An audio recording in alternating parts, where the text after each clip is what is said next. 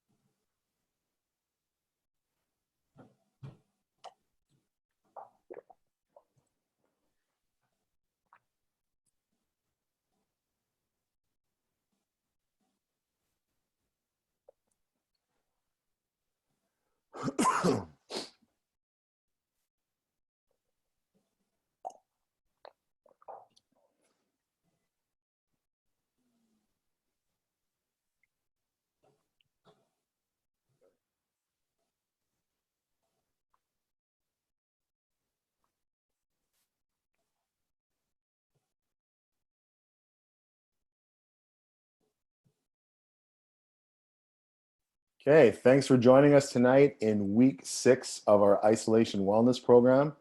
This week's mental health webinar is the Psychology of Stress and Coping with Dr. David Cwir. David will teach us some scientifically based strategies that can help us manage, reduce, and overcome stress in our lives. The call will be recorded and available on YouTube channel, as well as in next week's newsletter in case anyone misses it. As always, we encourage you to ask questions. There's a Q&A box at the bottom of the screen. You can just type yours in and David will answer your questions at the end of the webinar. A little bit about David before we get started. David completed his PhD at the University of Waterloo. He specialized in the area of social psychology. He's received numerous academic awards and scholarships from agencies such as the Social Science and Humanity Research Council of Canada and Natural Science and Engineering Research Council of Canada. And he's currently a professor in the Department of Psychology at Booth University here in Winnipeg. And without further ado, I'll turn it over to David. Great. Thank you so much, Grant. It's an honor to be here, and I think it's awesome what you're doing. The whole wellness, isolation wellness seminars are amazing, and I'm thankful for the opportunity to be here, and thank everybody for joining us. And I'm excited about today's topic because it's really practical. We are living in a time where stress is just a reality for most of us, but stress is something that we always deal with on the daily basis. And so I'm hoping from today's seminar that you'll take away some practical keys that you can use for the rest of your life. And so what I'm essentially going to do is start, oh, by the way, I'm going to be using PowerPoint. For those of you who consider yourselves visual learners, or if you want to take notes, I find it's helpful to use. And so I'm going to just pull up my PowerPoint right now. There we go. So as Grant mentioned, we're going to be talking about the psychology of stress and coping. So what I'm going to do, for some reason my PowerPoint doesn't work. Oh, there we go. So essentially what I'm going to do is break down this webinar into 3 major components. The first component, I want to basically start off with a foundation, a fundamental basis for what stress actually is. And I don't want to go into too much detail, but it's important to understand some of the physiological and biological, sorry, I'm just moving there, changes in the brain and body that can account for stress. And so when you have that understanding of what stress is at a physiological level, then it's easier to understand how our perception can influence our physiological responses to stress. And then that gets us into the third component, which is how to cope with stress. And so there's a lot of different strategies, really effective strategies that we can use to deal with stress, to mitigate stress in our lives, to alleviate stress. I've chosen to focus on, I had to cut down, I was debating what specific mechanisms, coping strategies to talk about because there's so many. So I decided to focus on 7 really practical strategies that are easy to implement so that you can incorporate one or all of them in your life. And hopefully this will help you deal with the stressful times we find ourselves living in. And so that's the essential outline of the presentation. And first I'm going to start off by talking about the physiology of stress and giving you some definitions of what stress is and some basic understanding of the physiology behind it. So just to give you a conceptual definition, stress is a psychological and physiological reaction that occurs when our perceived demands exceed existing resources to meet those demands. So I have the word perceived there underlined or italicized because stress is really, really interesting because it's our psychology, our perception of a stressor in our lives really influences whether or not we're going to be able to effectively deal with stress and how we cope with it. And so a stressor, just so you know, so we're on the same page, is an event, item, or experience that causes a stress response. And so anytime there's a threat in our environment or something that we perceive as threatening, so it can be something that's dangerous, or say we're asked to do something like give a speech in a public setting, anything that we perceive as a threat can cause a stress reaction. And so I want to talk a little bit about the stress reaction and what that is exactly. So there's a Canadian psychologist, actually, his name is Hans Selye, and he was the first person to ever apply the word stress in a psychological context. So stress is something we hear about a lot in just our daily vocabulary.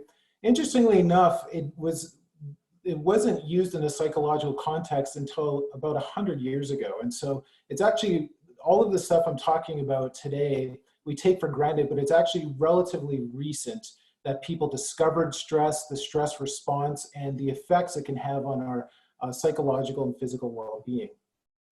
So the reason I wanted to talk about Hans, by the way, he was nominated 17 times for a Nobel Prize.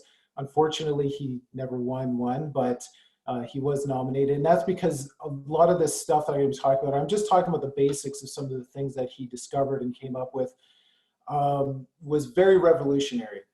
And so one of the things that he basically discovered was what's called the HPA axis. Okay, and so that's basically, that stands for the hypothalamus, pituitary gland, and adrenal glands.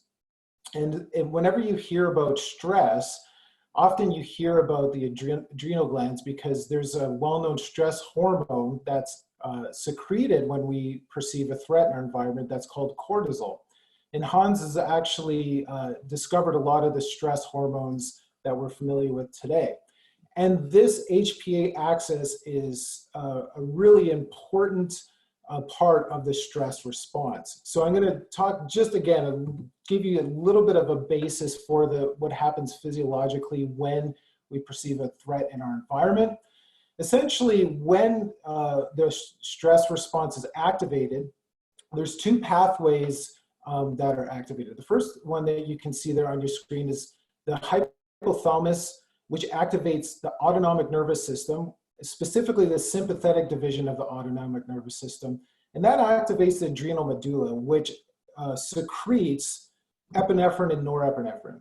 Now, you may have heard of these hormones before. Epinephrine is also known as adrenaline. And so essentially, when we perceive a threat in our environment, this gets activated, and you may have heard the term fight or flight. The sympathetic division of the autonomic nervous system kicks the stress response and releases adrenaline, and it gets our body ready to respond to the threat in our environment. And so say, for example, you're taking a walk in the forest and you hear some rustling in the bushes. Your heart rate might speed up, you might start breathing fast. These are all responses to the perceived threat, which is hypothetically potentially a bear in the bushes. Now, in the second pathway, what you can see, the hypothalamus activates the pituitary gland, which then activates the adrenal cortex, and that secretes cortisol and other hormones. Now, the reason that happens is because it prepares us and it increases energy. So it produces glucose and it gets us ready to respond to a potential threat. And it helps the body, it inhibits the inflammatory response in case there's injury to our body. And so these are the two main things that happen when there's a stress in our environment. We first of all get the fight or flight response activates, and so that's adrenaline, and like I said, different things like our heart rate increases. I actually have this on this slide. Our blood flow pressure increases, our digestive system gets inhibited, and the blood flows to our muscles so that we can run away. So if there is a bear, it gets us prepared to run, for example. And the reason it's called fight or flight is because if there's a threat, our body gets prepared for us to say run away from the threat or to deal with it.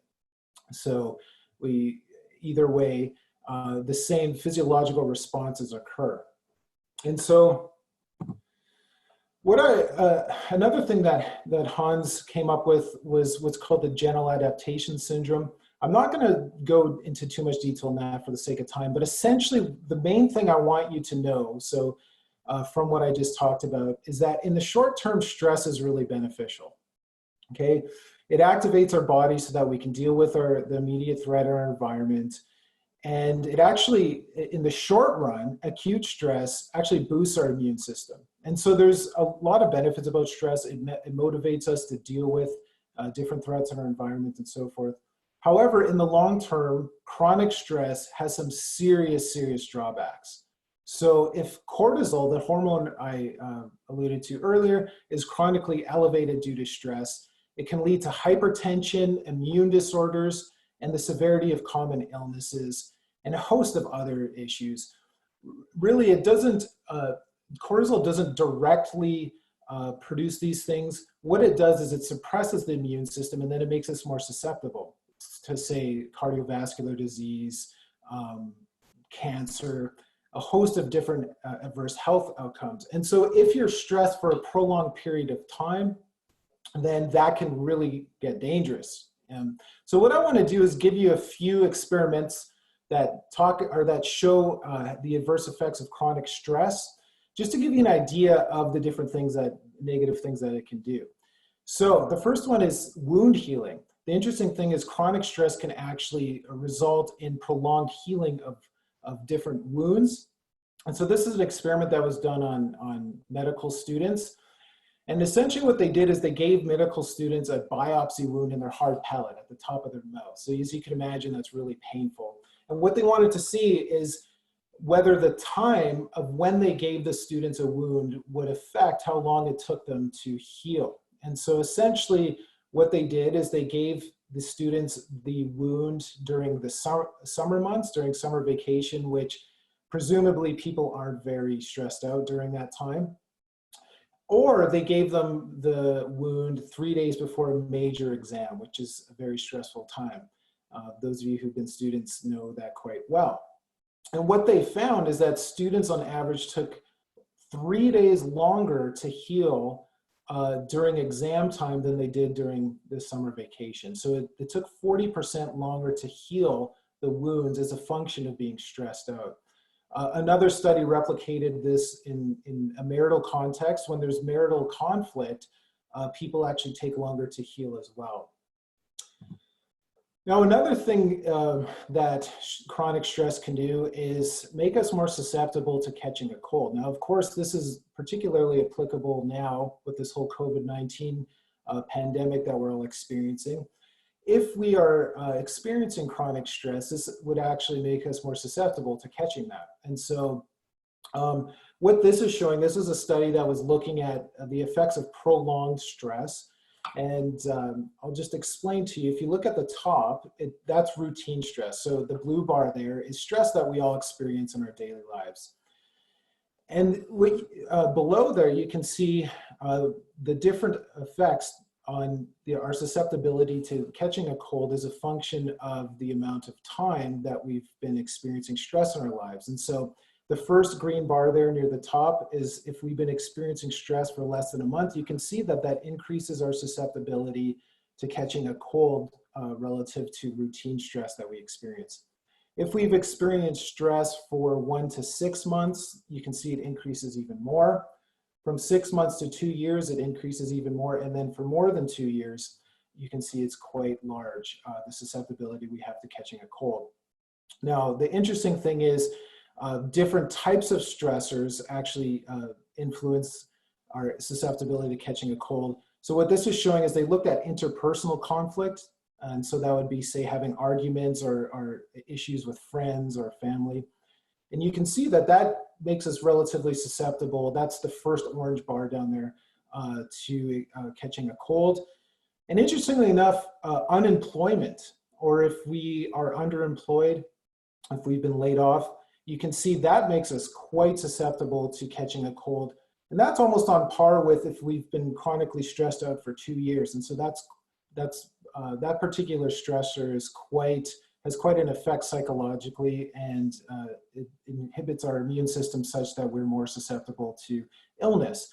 Of course, a lot of people, because of this pandemic, have experienced being laid off. And so this is particularly applicable to if you know somebody or if you yourself have been laid off because of what's happening. This is something to be aware of. And fortunately, at the end of this talk, I'm going to give you, as I mentioned, some keys to coping with stress. So hopefully that will help reduce your susceptibility to illness. This is just one last study I want to show you in this context. Essentially, what this is showing is the amount of negative life events that we experience has a direct correlation with our susceptibility to illness. So this was an actual experiment. They had almost 400 healthy participants, and they were given nasal drops that were infected with a common cold.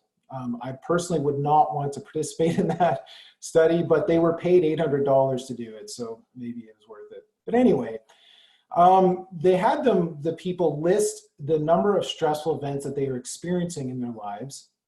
And then the question is, okay, after 5 days, they examined the participants, and this is what they found. You can see a direct correlation.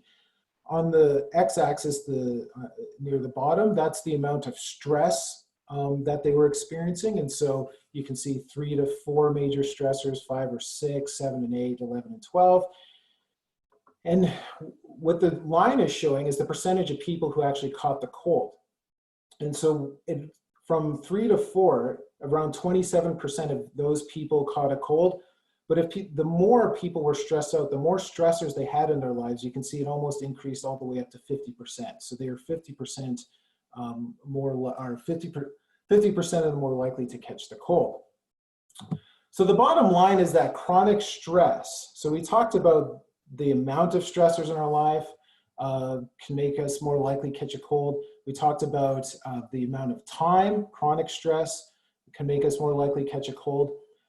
And the reason is because it decreases our immunity, and it increases the severity of common illnesses. So there's a host of illnesses that we're more susceptible to. I've been focusing on the common cold and flu because, of course, that's particularly relevant to us. But if you name it, stress can have a negative effect because how it suppresses our immune system. So with that being said, one thing I want to point out is not everybody experiences illness. So notice it wasn't 100%, it got up to almost 50%, but it's not like stress automatically means that you're going to catch a cold.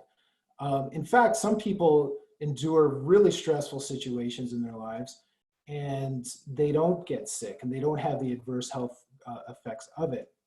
So then the question is, why is that? Why is it some people catch a cold or suffer other adverse health effects from stress and other people don't?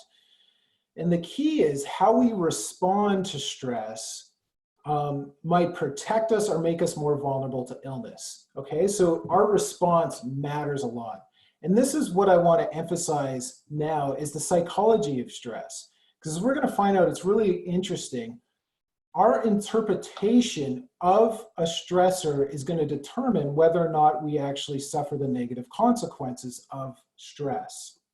Now, I want to give you a little bit of a foundation for this idea because I think it'll help us understand what I mean by our perception and interpretation and how that affects our susceptibility to various illnesses as a function of being stressed out. Now, there's a well-known theory in psychology. It's called the two-factor model of emotions. And essentially, this goes back to the 1960s. And there's these famous psychologists by the name of Schachter and Singer. And essentially, they observed that the same physiological state can produce multiple emotions depending on the situation or context. Now, if you remember, I talked about the sympathetic division of the nervous system, autonomic nervous system. The reason I wanted to mention that is because those physiological responses actually underlie a lot of our emotions.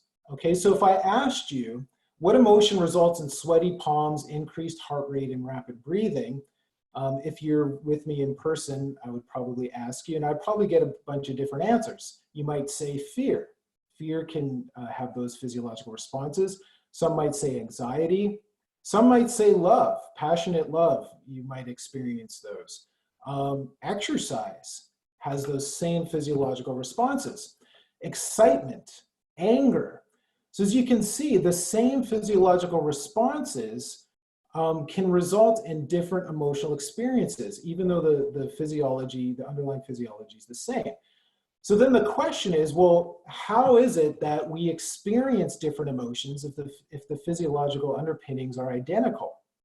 And essentially, it boils down to our interpretation. Okay, so the same physiological state can be positive or negative depending on the context and depending how we interpret that context. So essentially, your interpretation of your physiological arousal is going to determine what specific emotion you experience. And this is a crucial point, and I want to emphasize this because when we talk about coping, a lot of the effective ways that we cope with stress deal with this idea that our interpretation really matters, okay? And I'm gonna go into a little more detail on that. But just to give you an example, if you're, say, you might know some people who are adrenaline junkies, so to speak. They might enjoy things like bungee jumping or skydiving.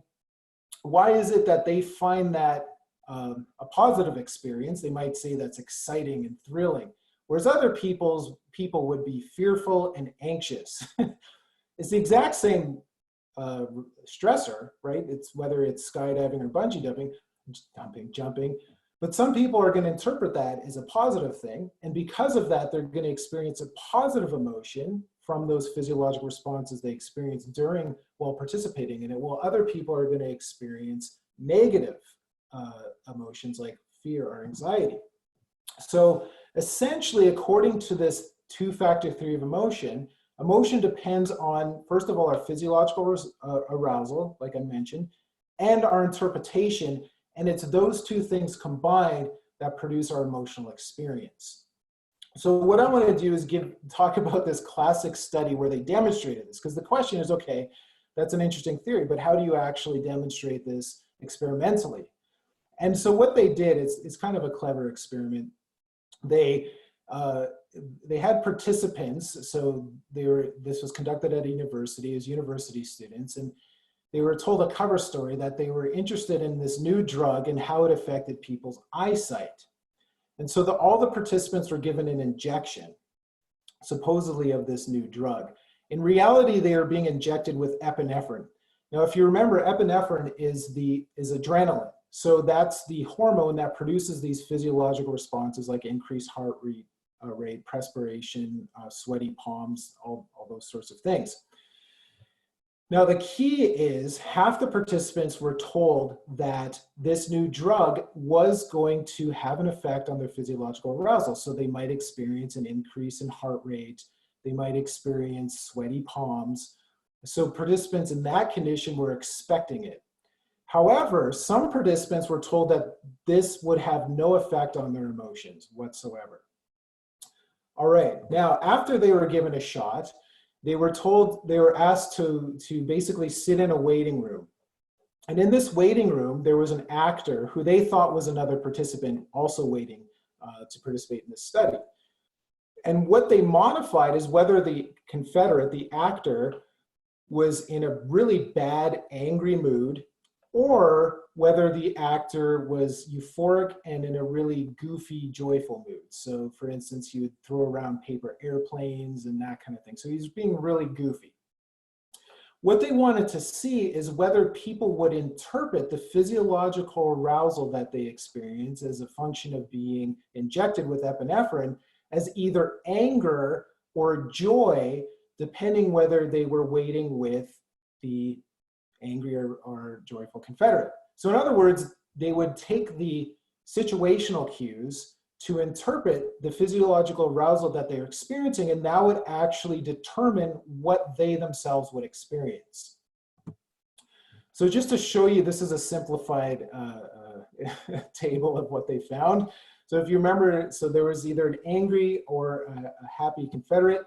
Now, this is a key. If the participants were told that the shot was going to increase arousal, then they essentially, it had no effect on their mood because they attributed that arousal to the shot. It's like, okay, I'm not feeling anything. It's just because I took this drug, and therefore it's not an emotion. It's this drug that I took. The key is, how would participants respond when they weren't expecting the shot to have an effect on their physiological arousal? And they basically confirmed exactly what they expected. If the participants were in a waiting room with an angry confederate, they themselves thought that they were angry. So they interpreted that physiological arousal from the epinephrine shot as anger, and they themselves became angry. However, if they were with a goofy, joyful confederate actor, they interpreted the arousal as amusement, as joy. So they actually thought that they were happy. And because they took the cue, the situational cue from the confederate as to a basis for interpreting their own arousal. So that was pretty interesting. And that was a classic study. And the reason is because that was pretty convincing and interesting evidence that our interpretation of our arousal and of the situation completely affects the specific emotions that we're going to experience. So emotion is determined in part by our appraisal or our interpretation of the situation. Now, there's other interesting studies that followed this study up. One of my favorites is, it was conducted actually in British Columbia. Some of you might know the Campolo River, anyway, it doesn't matter.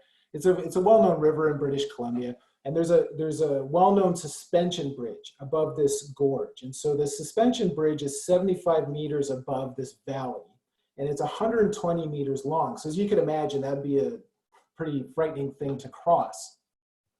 Campolano River, that's what it is, sorry. Anyway, in this clever experiment, what they did is they had an attractive female research assistant. Whenever there was a male who was crossing the suspension bridge, they would have her walk and meet him halfway on the bridge. And what they wanted to see is whether they would misattribute the arousal they were experiencing as a function of being on a suspension bridge to basically sexual attraction to this woman. And so there was a whole cover story. The woman essentially gave them a questionnaire, and after they completed it in the middle of the suspension bridge, she was like, oh, by the way, here's my number. Give me a call if you want to learn more about this study in a few days. In another condition, she met people on a really sturdy wooden bridge that was only 3 meters above a stream. Okay, so what they expected is that participants who were on the suspension bridge would misattribute the physiological arousal they were experiencing to attraction relative to the people who were on the sturdy bridge. And that's exactly what they found. So the difference between the conditions is 50% of the men who were on the suspension bridge called the woman in a couple days, whereas only 12% of the guys on the sturdy bridge did. And they also, the men on the suspension bridge also rated her as more physically attractive as well. They also replicated that in a gym. So they approached men, an attractive woman approached men after exercising. and they found her more attractive relative to people she approached before they exercised. And so I guess maybe the takeaway for those of you who are on the market, potential partner. But anyway, that's the same idea, is that we can misattribute our physiological arousal to different emotions. In this case, that was physical attraction, depending on the situation. Now, the reason this matters and the reason I'm talking about these experiments is because it's the exact same case for stress, okay? The same principle occurs for evaluations of stress. And so an event is stressful for people only if they interpret it as such. Now, a really well-known researcher in this area is named Richard Lazarus. And he suggested that it's subjective stress that causes health problems. So it's not that there's an objective events that are inevitably going to cause stress in people. It completely depends how they interpret a situation.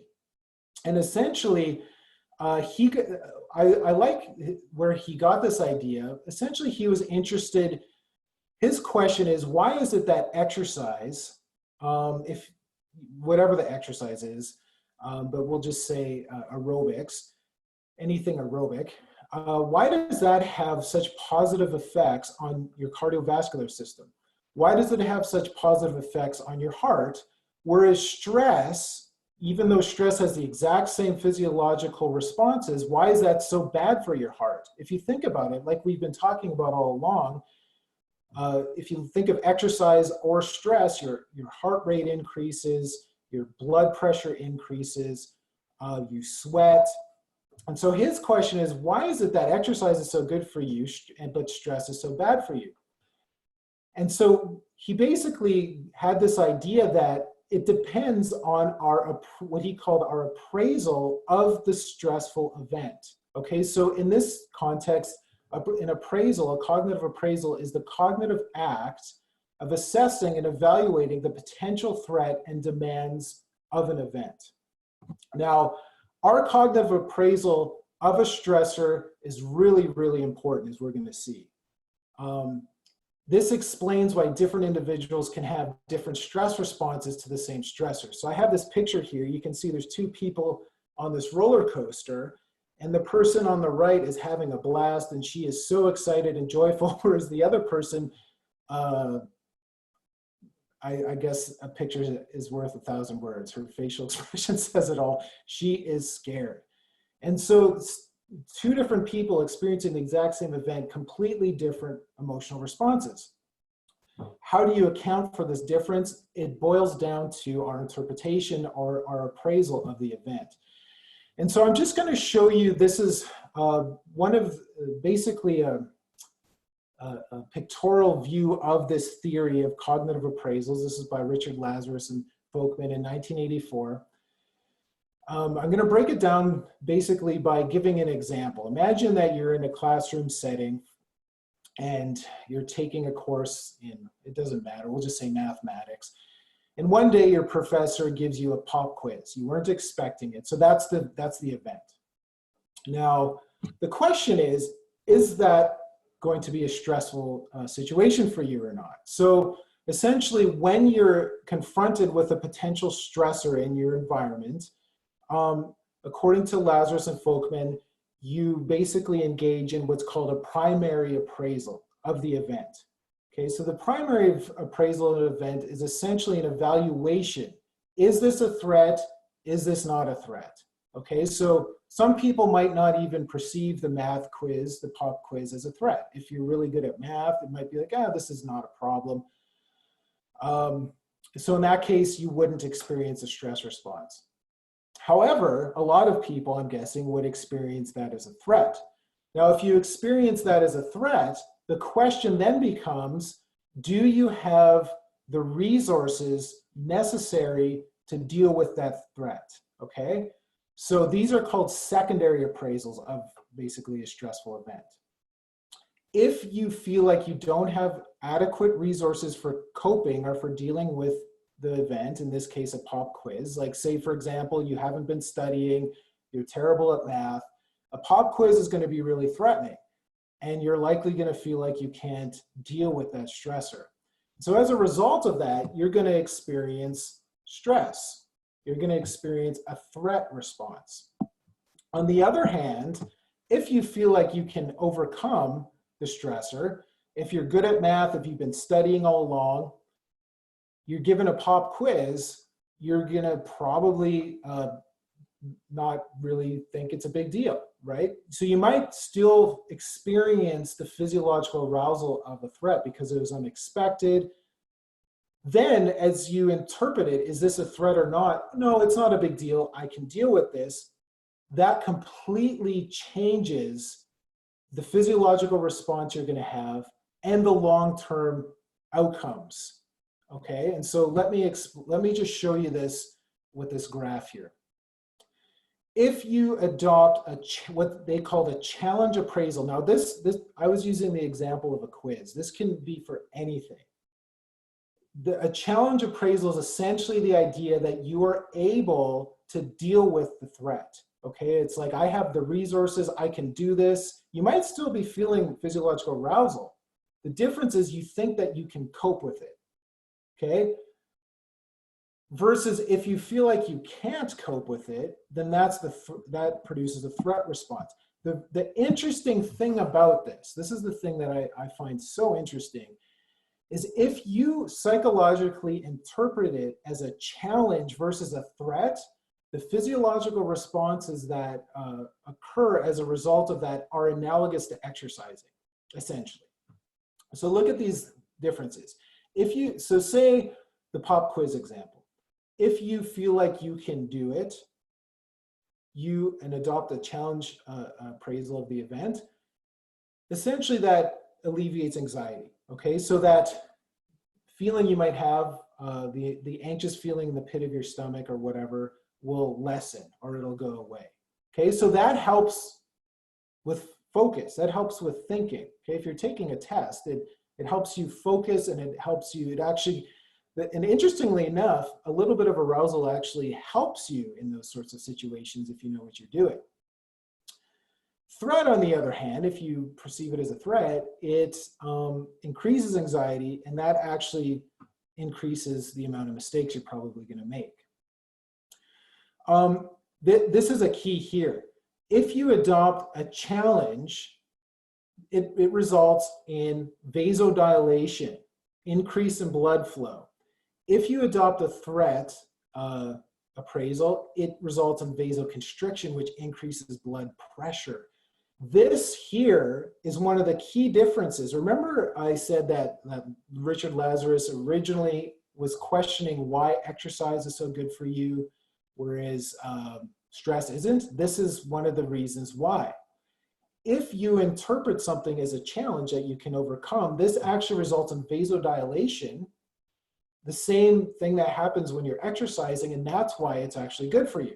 Whereas if you find it threatening, you perceive it as a threat, that results in vasoconstriction, that increases blood pressure, and that becomes really hard on your heart. A couple of other things, bronchodilation, it increases oxygen intake if you adopt the challenge response versus a threat response. It increases glucose production versus glucose depletion. These are just some of the differences that occur as a function of your interpretation of the event. So a challenge appraisal can reduce or even eliminate the relationship between stressors and health, which is huge. This is a big deal because, like I said earlier, I was tempted to go in a lot more detail with the giving you basically a shopping list of different adverse health effects that can occur from stress. Just take my word for it, and you probably know this already. Stress has a host of negative health effects. And so if you can adopt a challenge response to a stressful event, that is going to be very beneficial for you in the long run. Now, the reason I wanted to mention that, I basically been talking about the psychology of stress to get to this point where I talk about coping. Because the $1 million question is, okay, well, how do we actually cope with stressors in our environment? So coping is essentially the process that's used to manage demands and stress and conflict. So that's the question. How do we develop these strategies that allow us to cope with stressors? And that's the challenge appraisal. Now, when we talk about coping with stress, it generally falls into two categories. Okay, there's problem-focused coping, and this is essentially attempting to reduce stress directly by changing the stressor or the way we interact with that stressor. This would be dealing with the stressor itself. Now, the reason I'm not going to focus too much on that because it's really dependent on your situation. So say for some people, you might have a difficult boss you're dealing with. Some people, you might have marital issues. Some people, you might be your job that's really stressful. And because it's so specific to your individual case, it's not easy to come up with general ways to deal with those specific stressors. But the idea is that it's dealing with the stress itself. So if it's an interpersonal situation, like say you're having issues with your boss on an interpersonal level, one way to cope with it would to maybe have a conversation. Or if it's marital issues, same idea, right? So it's actually dealing with the stressor itself. What I'm going to mostly focus on and give you strategies on is emotion-focused coping. And this is basically trying to find ways to alleviate negative emotions that are related to the stress response. Okay, now, the first thing I want to talk about, I am going to give you one strategy that is in relation to the problem-focused coping. And that's because I mentioned Richard Lazarus earlier. Another thing that a well-known thing he came up with was this idea of microstressors. So often we think that big events are the ones that are really bad for us, like the ones that really have negative health outcomes. What Lazarus actually demonstrated is that microstressors really add up. Okay, these things that we might not think are a big deal can really add up and have a really negative effect on us. And this is because stress is cumulative. So the presence of microstressors might predict your reactions to major stressors. It might make you more inclined to develop illness and might make you less resilient when you are exposed to more difficult threats.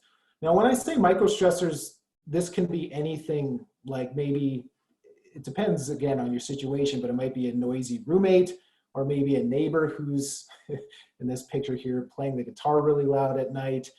Might be a messy apartment. It could be that you haven't done the dishes in a while. And even though these seem like pretty minor things, they can really add up and result in stress. So the reason I wanted to mention this is one coping strategy that I'm going to give you is deal with the microstressors in your life that you can change and that you can control. Our perceived control really matters. And so I had to figure out what to talk about because there's so much I wanted to talk about today. And so one thing I would have talked about if I had more time is this idea of self-efficacy. Just the idea that the sense that we can control our environment really, really matters. Now, like I said, with problem-focused coping, you can't always change the stressor. And so say for instance, if you had a death in the family recently, you can't change that. So what you would have to do is adopt another strategy, say an emotion-focused strategy, in order to help you cope with that. One thing that you can do that'll be helpful is deal with these microstressors. So do the dishes, talk to your neighbor who's playing the guitar at night. Whatever the case is, the things you can change will actually be really helpful in the long run. So that's one coping strategy. By the way, I have 7 that I came up with. These are ones that are really straightforward because I wanted to give you ones that are easy to implement. And so you're going to see that a lot of these are really straightforward and easy. And like I said, I'll go through all of them and at the end give a summary slide in case you want to write these down. But I would suggest adopt whatever ones you're able to. And the more you're able to adopt, the more beneficial it'll be. And so as you'll see, the more you're able to, the more strategies you can implement in your life, the greater health outcomes you're going to have and the less stress you're going to experience. Now, the second coping strategy that I want to talk about is the intentionally participating in activities that put you in a positive mood. Now, this might sound funny, but it's actually true. Based on research, now all these coping strategies I'm giving you are based on scientific research. Research shows that watching funny movies, hanging out with people who make you laugh, all those sorts of things really, really counteract the negative effects of stress. So this is just one study. I won't go into too much details. Essentially what they did in this particular experiment is they showed people anxiety-provoking movies.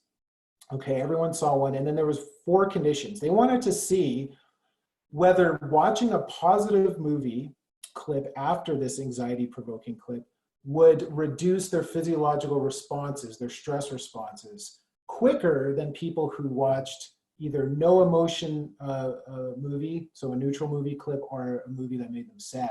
And this is what this is essentially showing. This is their cardiovascular recovery. And as you can see, if people watched an amusing or a funny film after a stressful film, their cardiovascular recovery was a lot quicker. Same if they saw a movie that produced contentment, relative to those who saw a neutral clip that didn't produce any emotions, and those who saw a negative or a clip that made them sad. The point is, the positive movie clips actually reduce stress, the stress response. And so positive emotions can actually undo the cardiovascular effects of negative emotions. In other words, they make stressful events feel less stressful. This is another classic study where they actually, this is a longitudinal study. They actually looked at Catholic nuns. So these nuns wrote autobiographies at the age of 22.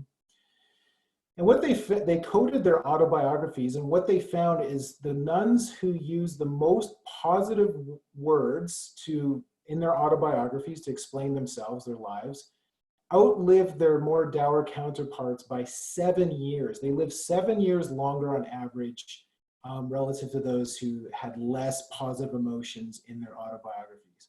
Not only that, by the age of 80, 50% or 57% of those who had less positive emotions died by the age of 80, whereas only 20, I think it's 23% who had positive emotions died. So half the amount of nuns died by the age of 80 is a function of having more positive emotions in their life. So positive emotions matter. I was going to talk about humor as a coping strategy because that's a really effective way of alleviating stress as well. So watch funny movies, hang out with people who make you laugh. Those will really have a beneficial effect, not only in your immune system, but also in the amount of stress you experience. Another strategy I want to talk about is adopt an optimistic outlook. Tons of research shows that optimism has a host of positive health effects, and one of the main effects it has is the reduction in stress. So just to distinguish optimism from pessimism, optimism is the general expectation that things are going to go good for you in despite of setbacks. Pessimism is a tendency to have a negative perception of life and expect negative outcomes. So look at, these are just some findings. Relative to pessimists, optimists tend to have a lower HPA activation response to stress. If you remember at the beginning of this webinar, I talked about the HPA axis, which is the hypothalamus pituitary gland adrenal gland, and that's the secretion of cortisol essentially. So the stress hormones that are released by the adrenal gland are lessened is a function of being optimistic. You can see how our psychology really matters when we're dealing with stress. People who are more optimistic are less vulnerable to illness. They live longer than pessimists. They're more active problem solvers. If you remember, one of the major coping strategies is problem solving.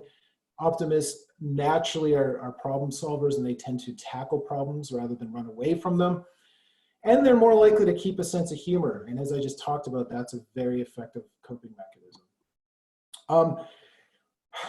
For the sake of time, I'm going to be really quick, but something that's really bad that I want you guys to know about is a pessimistic attribution style. Basically how we explain events in our lives. This is really bad. It can lead to clinical depression and a host of negative effects. So essentially, a pessimistic attribution style is negative. It's the idea that bad things are always going to happen. It's internal, so things are my fault. So something bad happens to you, you take blame versus making external attributions, which would be, it's not my fault. So say you failed a test, an external attribution would be like, oh, the test was too hard, or the professor was too hard, it's not my fault. An internal one would be like, oh man, I'm terrible, I suck, it's my fault. That's really bad, psychologically. And stable, this means that things aren't going to change. So if something bad happens, like it's going to continue happening. If you fail the test, for example, I'm going to fail my future test. There's nothing I can do about it. If you adopt that attribution style, you're more susceptible to clinical depression. You're more vulnerable to illness, and you're more likely to develop heart disease. And so what this graph is showing is an experiment looking at this. You can see pessimists are twice as likely to develop coronary heart disease than optimists. And so it's important to really try to adopt an optimistic way of thinking. And that's the whole premise of attribution retraining, CBT, but I can't get into that for the sake of time. But if you are somebody who struggles with pessimism, I would suggest just look it up. Look at attributional retraining. What are some strategies you could use to become more optimistic? One is a gratitude diary. So thinking of 3 things that you're grateful for every day can really help in that area. Personnel, I'm seeing the time here, I gotta hurry up. Personality traits also affect health. You might have heard of type A personality. These are people who tend to be competitive, ambitious, hard-driven, and impatient, verbally aggressive, and anger-prone. Versus type B personality, these are people who are more laid back and characterized by patient, easygoing, and relaxed disposition. The reason this matters is because type A personality, unfortunately, is a really, how can I say this? You are a lot more susceptible to a lot of negative health effects if you have a type A personality. And one of them is your susceptibility to coronary heart disease, heart attacks. This study was a longitudinal study looking at medical students over 25 years.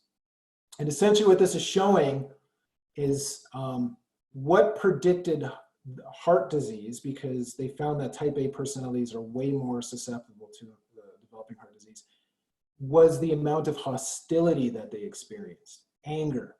That was the main key ingredient of the type A personality that predicted heart disease over everything else, even a heavy workload, ambition. If you take all into account, it is specifically hostility and anger that produces these negative effects.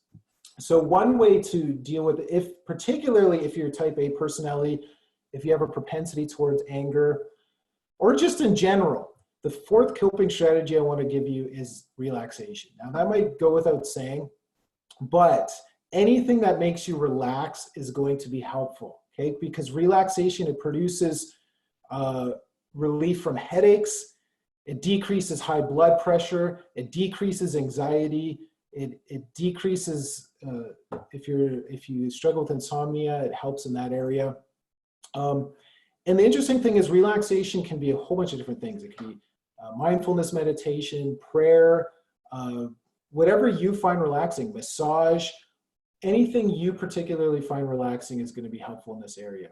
Now, specifically for type A personality, if you have that type of personality, relaxation training has been used to help people with type A after they've had a heart attack.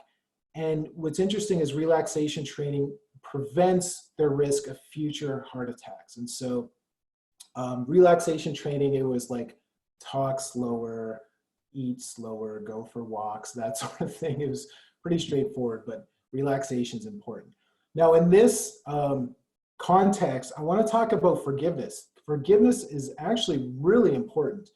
And the reason in this context it makes sense is because one of the things that, as I mentioned, produces heart disease is hostility and anger. And research, a lot of research has come out in the last couple decades showing the importance of forgiveness. Forgiveness can reduce cancer. So if you harbor unforgiveness, you're more likely to have a host of negative health effects like cancer and you name it. And the reason is because of what we've been talking about all along. Unforgiveness produces long-term stress. And so if you think about it, if there's somebody who hurt you or did something that offended you, if you think about that person, you might experience increased heart rate. You might feel a negative gut feeling towards them. That's the stress response. And if you don't let that go, the problem is in the long term, it can have these negative effects, just like chronic stress does. It can make you more susceptible to catching a cold, all the stuff. And so research shows that forgiveness is a strategy of letting grudges go, reduces physiological arousal, and restores feelings of control. Like I said earlier, feelings of control really matter. Our perceptions matter a lot. On the other hand, holding on to grievances increases blood pressure, heart rate, skin conductance. And that's essentially what this study's showing. I don't have time, but what this is showing is people who forgive show lower physiological arousal relative to people who are asked to think about those in a negative way who hurt them. And so, as you can see, there in the forgiveness condition, the physiological response decreased, the stress response. The fifth coping mechanism, I'm going to speed up here for the sake of time. Maintaining social connections. This is super important. We're in social isolation right now. Chronic isolation, get this, has greater mortality risks as smoking, obesity, and high blood pressure. Feeling lonely. Loneliness is a big deal in health. And so the interesting thing is having one good friend can reduce these negative effects and counteract the negative health effects of loneliness. This is something that I study and I'm really interested in, so I got to hold myself back here from going off on this one. But suffice it as to say, while we're in social isolation, reach out to friends, keep in touch with loved ones, Zoom, whatever it is, make phone calls, keep in touch, because just feeling connected to people is going to reduce stress. Okay, it helps you cope better. And we're all experiencing stress as a result of this. And so if you're feeling socially isolated, that can exacerbate the negative effects of stress. And so you definitely want to keep in touch with people. Social support lowers blood pressure, it lowers cortisol, it fosters better immune functioning, and that helps us fight illness. That's going to help in this season as well. Number 6, sorry, I'm going fast here, I got to finish. Spend time outdoors. This is really interesting. Recent research shows that if you spend 20 to 30 minutes outside in nature, 3 times a week minimum, it reduces cortisol. So in other words, it reduces stress, it reduces stress response. It's going to help you in the long run. So go outside, go in nature. All it takes is 20 to 30 minutes, 3 times a week. Another thing you can do while you're outside, this is really interesting, is what's called earthing or grounding. Don't wear shoes. That might sound funny, but seriously though, go out on your grass without shoes on. What that does is it actually reduces cortisol. If you go and you touch the ground for 30 to 40 minutes regularly, not only does that reduce cortisol, it resynchronizes cortisol secretion in alignment with your 24-hour circadian rhythm. And so what these graphs are showing is the participants in this study before they grounded for 8 weeks. So again, touching the ground for 30 to 40 minutes, laying on the grass, whatever. Look at what happens after. Their circadian rhythm, the cortisol levels, they all get into alignment. Okay, so it's really interesting. It improves sleep, reduces pain, reduces stress, anxiety, depression, and irritability. So that's something straightforward and easy we can all do. Last but not least, exercise. Exercise is a huge, has so many health benefits psychologically and physiologically, especially in relation to stress. All it takes at least is 150 minutes a week. And so go out for walks. It doesn't have to be intense, though intensity helps. But at least go for a walk, and as much as you can. It's going to lessen the negative effects of stress. It's going to have a host of positive psychological benefits, and it's really beneficial for you if you have high stress. And that's what this graph is showing. This is a study where they looked at people with low stress in their lives, high stress in their lives, and those are the amount of health problems they have. As you can see, if you have high stress and you have low aerobic fitness, you're going to have a lot of health problems, or at least these people did in this study. And so aerobic activity really helps in relation to stress. Okay, so that's a lot of information, but this is the summary. If you've been wanting to take notes, the first strategy, deal with micro stressors. They add up. And so just whatever it is that's causing you even a little bit of stress, deal with them if you can. Participate in activities that put you in a positive mood. Watch funny shows, hang out with people, make you laugh, whatever. Adopt an optimistic outlook. Relaxation, whatever that means to you. Forgiveness, very important. Spend time outdoors and exercise. Okay, so thank you guys for bearing with me. I realize that was a lot of information and I tried to keep it short, but if you guys want the PowerPoints, you can get a hold of me. Our email, I'm realizing I'm not sure who you would email about that, but email GFIT, someone from GFIT, and I can send you the PowerPoint slides if you would like them.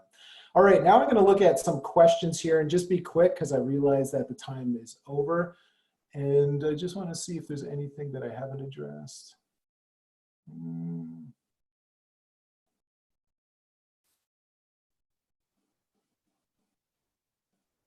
Okay, there's really just one question about microstressors.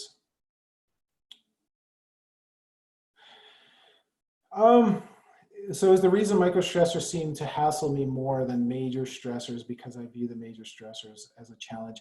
So essentially, anything that you view as a challenge is going to be beneficial physiologically. It's going to help you deal with stress. Microstressors, part of the reason they add up is because, like I said, stress is cumulative. So these little things will produce a stress response, even if they don't really seem threatening. They're still producing the stress response. They're producing cortisol. And you can think about it as a threshold, okay? So it's like if you have a propensity to experience anxiety, if you think about it as a cup, say this cup here of water, this is the amount of stress you're experiencing. These micro stressors would just continue to increase and increase so that when a major event happens, it might overflow and that would be a really negative stress response. Whereas if you got rid of these micro stressors, a big stress response wouldn't overflow and you wouldn't experience as much stress as a result of that, if you can use that as an analogy. And so the reason micro stressors might seem to hassle you more than major stressors, you're right, it could be that you're perceiving the major stressors with a challenge response, and that would be great if you are. But micro stressors, if you don't deal with them, will create a negative stress response regardless of who you are, unless you deal with them. It's because they have this additive effect. And so I would say they probably bother you more because, yeah, it could be because you're dealing with the major stressors in a beneficial way, which is great, all the power to you. But it's also because it just makes us all more susceptible to experiencing stress as a result of the cumulative effects. I hope that answers your question. I think that's all the questions there are, actually. So thank you guys for having me. It's been a pleasure being here. Thank you, Grant and GFIT. And by the way, we talked about exercise. Every Saturday and Sunday at 10 a.m. they have an exercise program that you can all participate in for about an hour. And so I'd highly recommend that as a way to get some exercise. Right on. Thanks, David. That was an awesome webinar, and I really, really like the coping strategies. Many of them, they could be common sense to a lot of us, but there was a few, really, really hidden gems, and the whole social wellness coping mechanism really, really surprised me on, how important it is for us to be social. So thanks a lot. It was a great webinar. I appreciate it a lot. Thanks for having me. Have a great night. Thank you, everyone.